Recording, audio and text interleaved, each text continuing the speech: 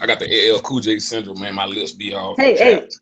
hey, everybody. This is Erica from the Classy Climb blog, coming to you guys today, talking to Mr. Make You Better, Mr. Hawthorne. He is serving our United States military, and he is overseas in Korea. I want to thank him for his time. I just had to check on him. You know, President Trump won this week. Are you okay? Did you make it? I'm doing awesome. I'm doing fine, and the world is still spinning, and I'm not floating. Okay. So I don't know if you're retiring soon, but I do know you have started a business on the side via My Econ. Give us some feedback on that. Oh man, honestly, man, business is awesome. Business is awesome. One of the main things that we do, we teach people financial education in regarding of how they can leverage a home-based business to bring home an additional money from them lowering their taxes on their current employment. And to me, it's like it's awesome. Like when people realize that you actually do have the power to dictate how much you should be getting taxed. So now we educate you with how once you leverage you being a business owner, you can lower your own taxes instead of waiting on a politician to do it for you. You know what I'm saying? Now you don't place yourself in a position to create wealth. Because one thing I've learned from the wealthy, you know, this ain't nothing I created myself. It's a system that had to be learned. One thing that I did learn is wealthy people do not pay $1 more in taxes than they have to. And once you understand the multiple of tax laws and tax deductions that's available for business owners, it would only make sense for you to become a business owner. This nation is built by business owners and ran by business owners. So if you want to thrive, only way you're going to thrive is by becoming a business owner, whether it be small business or hopefully you can work your way up where you're actually running a large corporation, which I can see you doing soon. Thank you. I try to do what I can. So definitely, what I loved about you guys' company and what I showed a lot of other people is there were other military service members who were saving $700 to $800 a month just by paying attention to what was the second sheet on their W-4 form. They hadn't paid attention to it. They didn't care about it, and people haven't been taught how to fix it. So that's why I picked you for this one, and I knew you've been applying those tactics. Roger.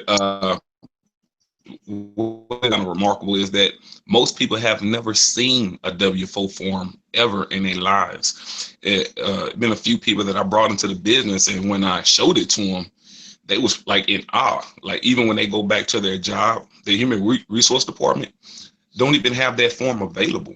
Only thing they have is the W-2 portion that's at the very bottom of the W-4 form on the first page. So, and you brought up something excellent in regards of the second page. Like if nobody ever seen the first page, I know they definitely never seen the second page. And I feel like, wow, that's to me, that's a problem. That's a problem within itself that we're happy to fix for people if they're willing to listen. So I'm glad you're taking on that business on the side. How do you feel as a service member about Trump winning? What did it affect you either way? Are you feeling good about it? One thing I've learned as a business owner, even though that I'm serving in the United States in the military, that especially with the mindset of an entrepreneur, like you're not really worried as much who is your commander in chief. It's mostly your local and state representative that you really want to key in on.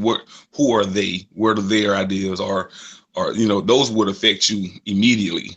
Those people in those positions are the ones who have the power to affect more or less my life immediately back home. You know, about my commander in chief. As a service member, it don't matter who my commander in chief is. I'm gonna do as I'm told, as I'm directed until my contract is up. So that, you know, that don't matter here or there for the service member. Of course, you know, other people feel otherwise, but. Well, I love that you're stationed in Texas, so you've got a lot of good stuff going for yourself. You're up there by my favorite lady. What is her name? Joanna and Chip. Yeah. Yeah. You get the good stuff. You get to see a lot of Waco. Oh yeah, most definitely. Talking about flipping houses. Yeah, I mean they literally are trailblazers. You know what I'm saying? And who would have thought like a little small town, Waco, small city, all places, of Waco, right?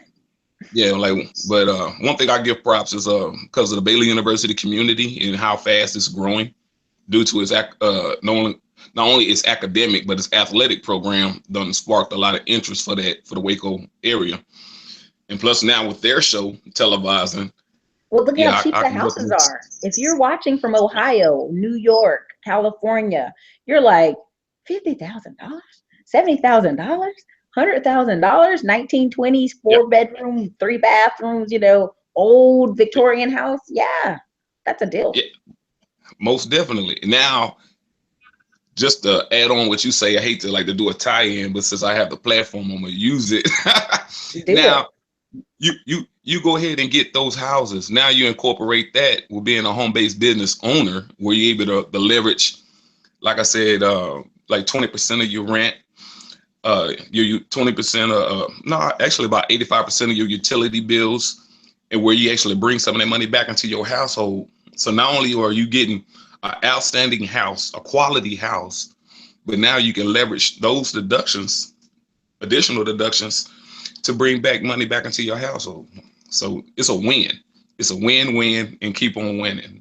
That's why I love your platform, man. You help a lot of people. I see you all the time. All you do, you give out a lot of knowledge. If people will apply, man, it will change their life. If people need to listen to Miss Erica Williams, listen to her. Listen to her. I follow you all the time. Thank you. One of the things is as I read these books and I tried to apply some of these things, I realized, man, other people don't know these things, and it was kind of shocking in Yep. conversations with others.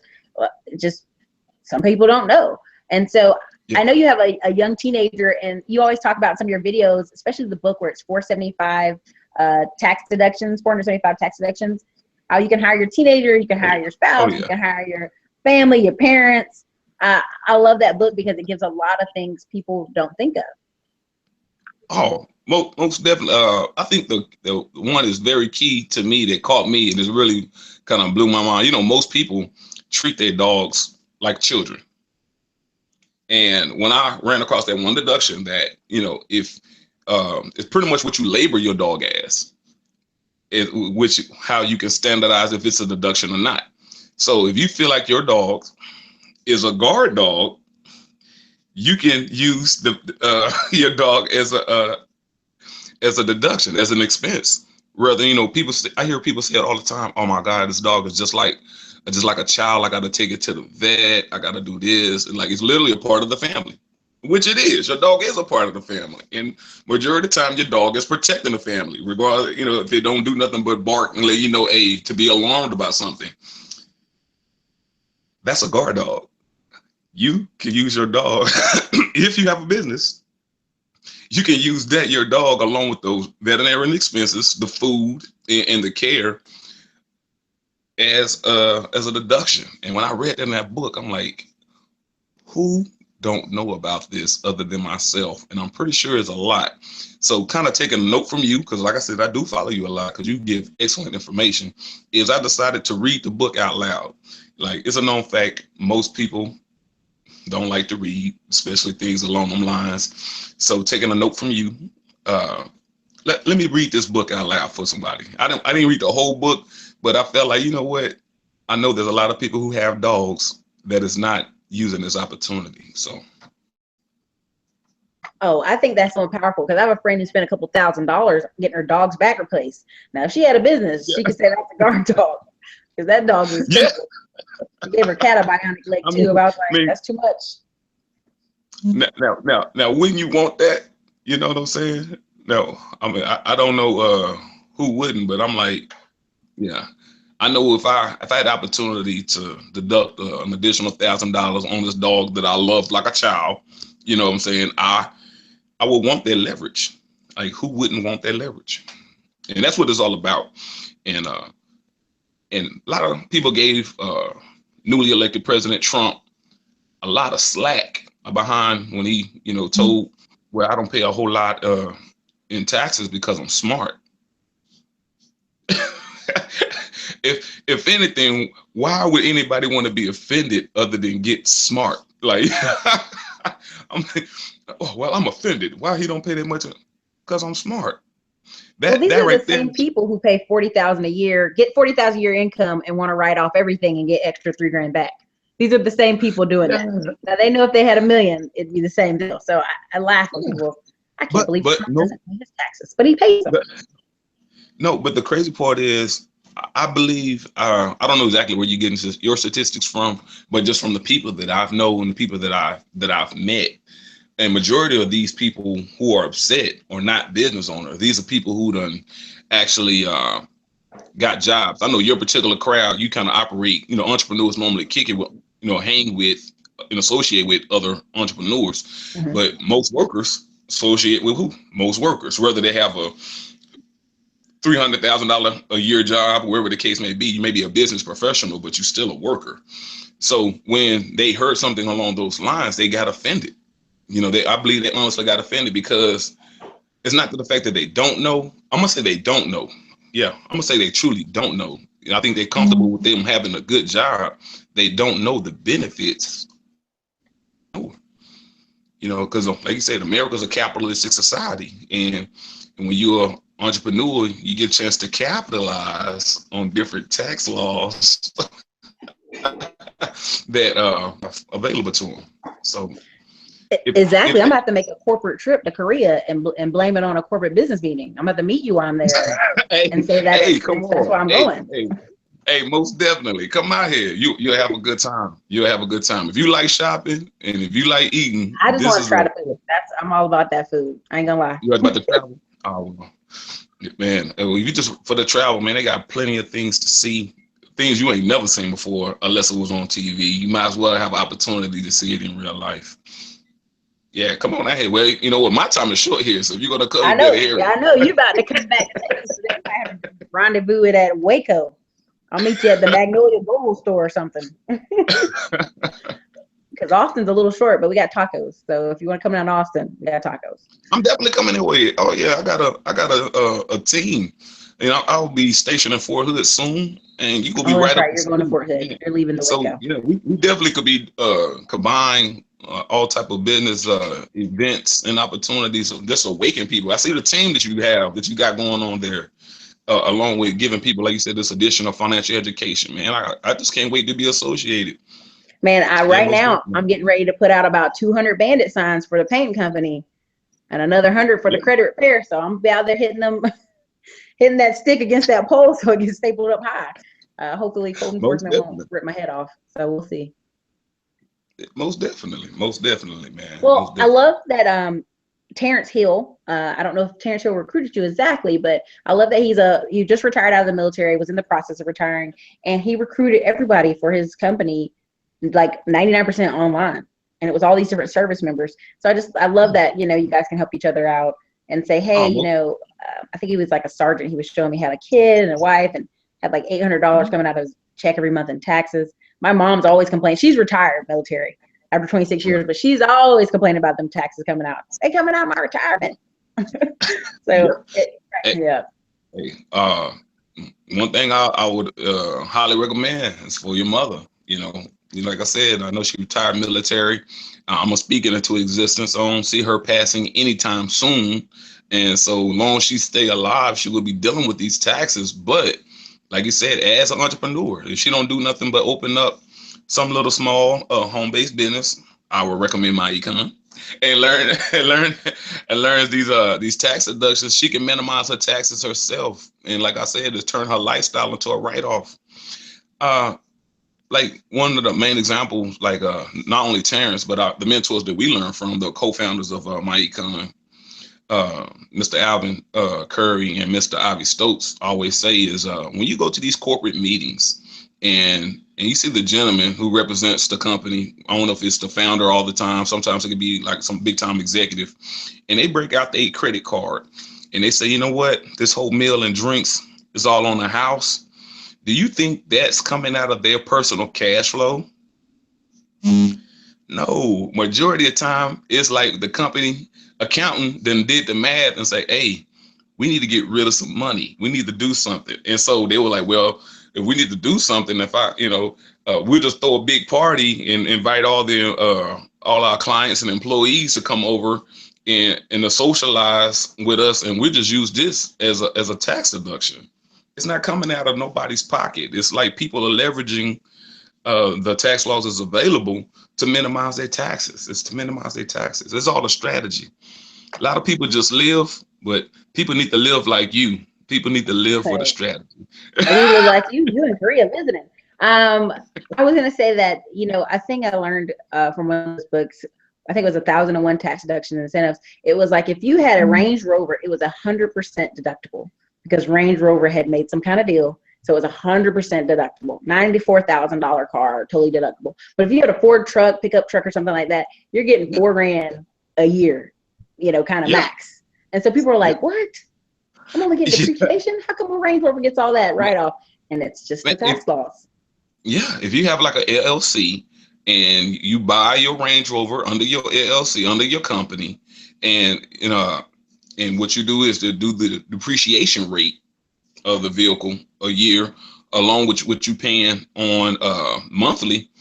Yeah, that's part of the company. That's like you said, I believe your company is what, Classy Climb blog. Under the Classy Climb. if you bought that Range Rover under Classy Climb, where it's actually an asset for your company. Yeah, even though you're driving. I'll even kick it up a notch. My actual umbrella company is SW Investments Texas LLC, and Classy Climb is just a division of it, and YouTube's a division of marketing. And so it's like once you learn about like credit repair and learn about business credit, like all three of these little different divisions can get their own separate credit lines. So stuff like that, when you start reading and learning, and I just love that stuff. Reading, keyword reading. Or people say, I didn't know about that. Did you read it? Did you Google it? Two things. You can either read about it or follow an individual like yourself who don't mind reading it out loud. So that way you'll know. The key part is being informed. So that's why, like I said, I love your platform, because you keep, even myself, I learn a lot of things from you. You keep people informed. So, what I've learned from you is like, I ain't going to read the whole book, but I'm gonna read you just enough to make you go get the book. You know what I'm saying? Like, hold exactly. Click the Amazon link below so I get the referral. That's how I do that. Like, this book was really great. Click the link below. Yeah, most definitely. Yeah. Well, so what are some of your goals you have for 2017? How does Trump affect that? Clearly it doesn't for you, but what are some of your goals for 2017? 2017, I'm going to reestablish my website. I know you see the www.mrmakeyoubettor.com, but I'm also going to open up my merchandising, because, like, as you see this little headgear that I'm wearing now, maybe I can read it on the side. It says, "Rich is an option." Where is it at? Rich is an option, broke is a choice. I have a line of t-shirts, hats, towels. We'll soon be having sweatshirts and sweatpants, and a lot of people love the tag on the front part of the shirt, "Rich is an option," and at the very bottom, "Broke is a choice," and it allows people to open up dialogue, and we can have conversations like me and you are currently having now about the different philosophy of the shirt, and what made me come up with that particular philosophy, and just to go into that is. I feel like there's so many options out here, especially in America, land of opportunity. People need to explore more options and act upon them. And if you broke, I feel like, honestly, that's a personal choice. It's because of something that you continuously to say no to, or a certain skill that needs to be groomed, and you kept saying no, like, no, I don't want to do it. Well, for the fact that you kept saying no, that was your choice. That's what's keeping you in the line of being broke. But if you start exploring more of your options, you could truly understand, like, wow, I didn't realize that being rich is truly an option. It's like a lot of people. I know there's a lot of people who are driven to become wealthy, but at the same time, I know a lot of people who accidentally became wealthy. Like, wow, I didn't realize I was I was great at baking a cake or baking a pie, and I just blew up. It's just because they stepped into something, they explored an option and end up becoming rich. kind of coincides with the t-shirt, headgear, and towels. That rich is truly an option, but broke is yeah, that's your personal choice. Mike Rose of Dirty Jobs does a really great analogy. He says, when he met a lot of these people for the Dirty Job show, they did something that nobody wanted to do, right? They clean sewers, they clean, poop or whatever. They do roofing or whatever it is they do for the dirty job. No one wanted to do it, but then they started doing it. They started getting good at it. They started hiring employees, and now they're rich. And so I think a lot of times people don't want to do something, and there's various reasons for it. But same thing with military service. They did a survey of recent college graduates, and they said some of the lowest tier voted options was sell a kidney and military service. And I think what's so sad is on this Veterans Day, day after Veterans Day, there's so many jobs and opportunities in our military services that are completely outside of infantry. Where there's dental, eyes, you name it. Just radiology. My friend was a radiologist, and then he came out. He was like, I didn't do anything overseas. I stayed here all the time. And so I think I just love interviewing guys like you to show that there are various positions and various opportunities. Various positions, various opportunities. I kind of roll right along with what you're saying. I think a lot of that has to do with a little bit of the Hollywood, because of course, the first job that you do have as a service member is like the 11 Bravo, what is equivalent to an infantryman or whatever. So when people think of the military, they think of only that. But just like what you said, especially in the medical field, man, like you said, there's dental, there's surgeons, there's people who operate in the IT, food service, laundry. There are so many jobs. Like the typical, just imagine regular civilian society. The military has those same jobs, just you're doing it through the military. So it's definitely a platform. It's definitely an opportunity. And I don't know, maybe that's the reason why people think of Iraq and Afghanistan, and I'm gonna automatically go.